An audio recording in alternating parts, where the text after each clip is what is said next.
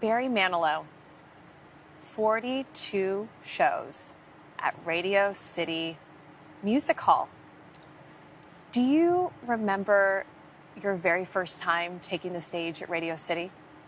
Well, I came up from there's an elevator right there. I don't think they use it anymore. And I had this bright idea of coming up on the elevator. But what happens is you get on the elevator 3 stories down, and then you're by yourself. So nobody told me that. And it's pitch black. And so there I was standing in the pitch black, and the thing started to move, and I could hear the audience already starting to applaud. And it was terrifying. And as I got up, the light hits you in the face. Well, that's what I remember about that first time playing Radio City. I would imagine it never gets old to be here in the iconic Radio City. Well, when I was a kid, my family used to take me to the Christmas show, and I was way up there watching the Christmas show for a couple of seasons. It was thrilling. And it is, it's an honor to be playing here, really, especially for a New York guy like I am. And, I'm going to get to that in a moment, but you are actually beating the record of someone that you have a long friendship and musical history with, and that's Bette Midler. Well, you can't beat her records. You can't. She is the greatest. I would imagine that's a full circle moment for you, and somewhat ironic that it is her record that you will be beating, or that you're beating with the 42nd show. Talk to me about that long history with her. I know that you used to arrange music for her, right? And really like the entire show for her early in her career. I had a lot to do with the beginning of her career, and it was a lot of fun. And it was all her ideas. I just followed what she wanted and tried to make it even bigger and better. We had a great time when we were pulling all those songs together. It was just great. When you look at your career, decades of success, you have 50 top 40 hits. Yeah. 51 top 40 hits, and they keep coming.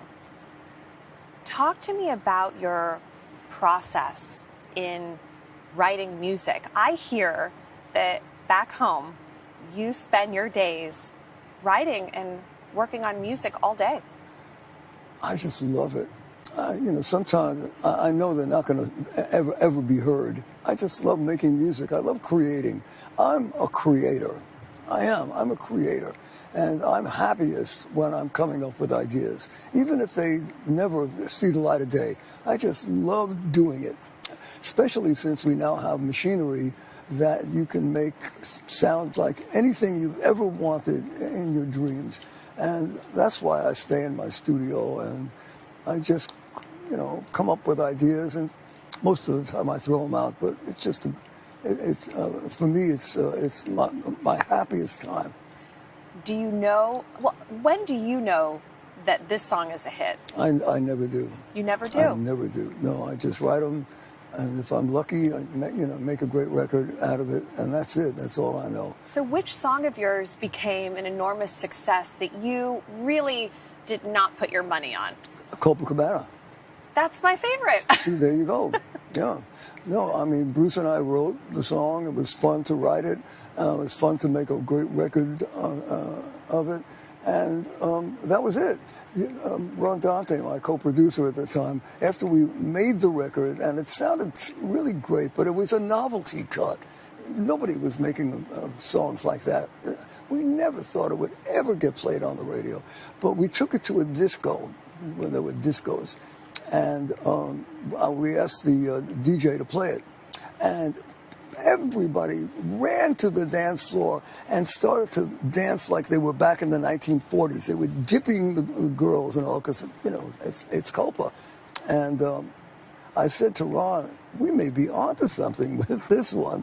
And then, it turned out to be the most popular song in my catalog.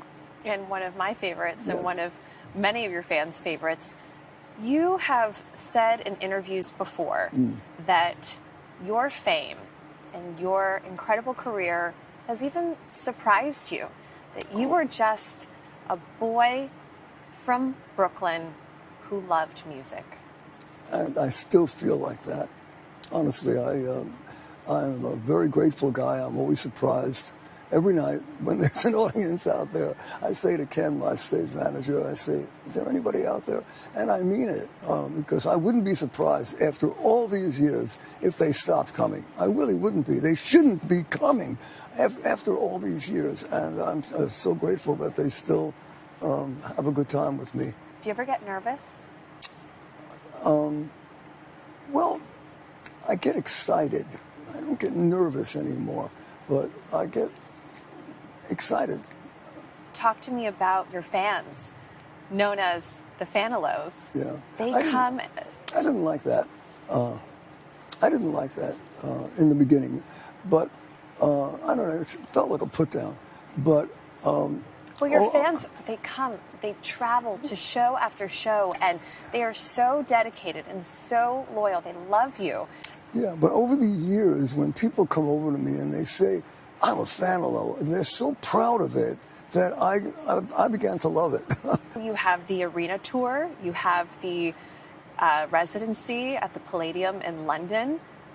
You just had a very successful Broadway debut with Harmony, a potential Tony nomination. At 80 years old, what is it that brings you the stamina to keep going? Because it almost seems like you are having the best year of your career right now. Yeah, isn't that something? Yeah, it just keeps on going. We took off a couple of weeks these last couple of months, and I hated it. I'm not one of those guys who could just sit around and watch television. I couldn't wait to get back and do this, whether it's making a record or doing a concert. I just like creating, and I like being with everybody. I really hated just sitting around watching TV. Do you think that writing music or arranging music and creating music, do you think that that is what keeps your mind so sharp? All of that. I would say all of that. I'm always changing things. The band doesn't know what to make of me. I change things 5 minutes before the show because I come up with something that's a little better than what we rehearsed.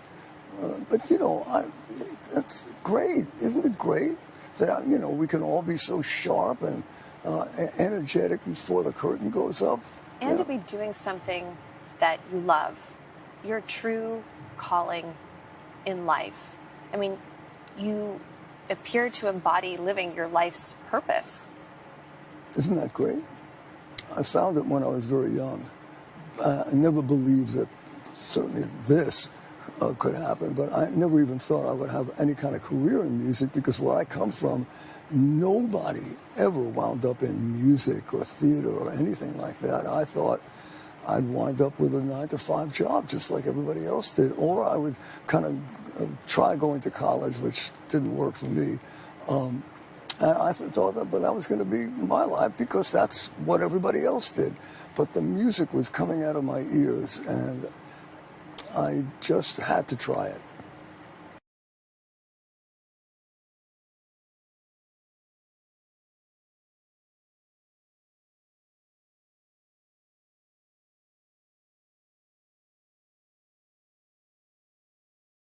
Thanks for watching our YouTube channel. Follow today's top stories and breaking news by downloading the NBC News app.